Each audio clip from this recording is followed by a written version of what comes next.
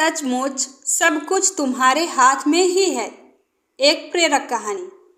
एक आदमी रेगिस्तान से गुजरते वक्त बुदबुदा रहा था कि कितनी बेकार जगह है, ये बिल्कुल भी हरियाली नहीं है और हो भी कैसे सकती है, यहाँ तो पानी का नामो निशान भी नहीं है।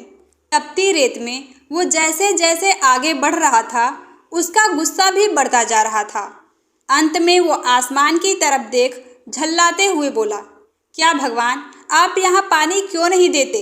अगर यहाँ पानी होता तो कोई भी यहाँ पेड़ पौधे उगा सकता था और तब ये जगह भी कितनी खूबसूरत बन जाती। ऐसा बोलकर वह आसमान की तरफ ही देखता रहा, मानो वो भगवान की उत्तर की प्रतीक्षा कर रहा हो। तभी एक चमत्कार होता है। नजर झुकाते ही उसके सामने एक कुआं नजर आता है। वह उस इलाके में बरसों से आ जा रहा था, पर आज तक उसे वहां कोई कुआं नहीं दिखा था। वह आश्चर्य में पड़ गया और दौड़कर कुएं के पास गया। कुआं लबालब पानी से भरा हुआ था।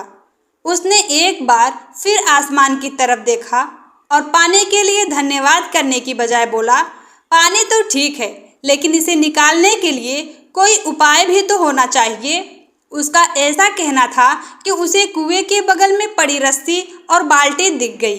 एक बार फिर उसे अपनी आंखों पर यकीन नहीं हुआ। वह कुछ घबराहट के साथ आसमान की ओर देखकर बोला, लेकिन मैं ये पानी यहाँ से कैसे ले जाऊँगा? तभी उसे महसूस होता है कि कोई उसे पीछे से छू रहा है। पलटकर देखा तो एक ऊंट उसके पीछे खड़ा था।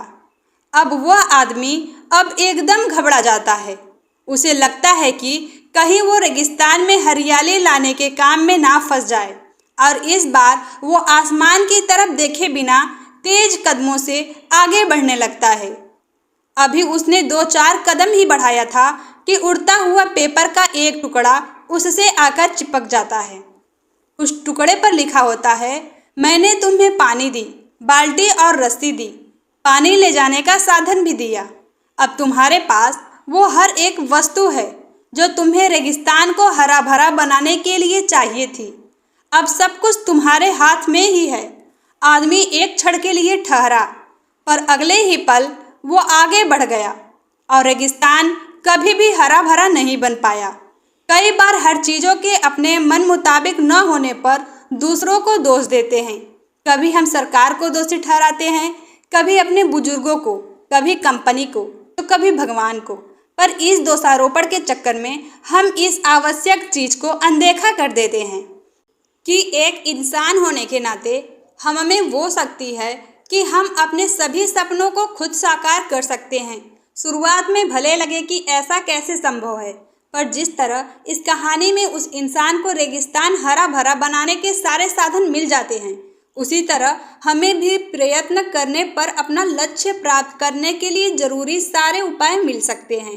पर समस्या ये है कि ज़्यादातर लोग इन उपायों के होने पर भी उस आदमी की तरह बस शिकायतें करना जानते हैं, अपनी मेहनत से अपनी दुनिया बदलना नहीं।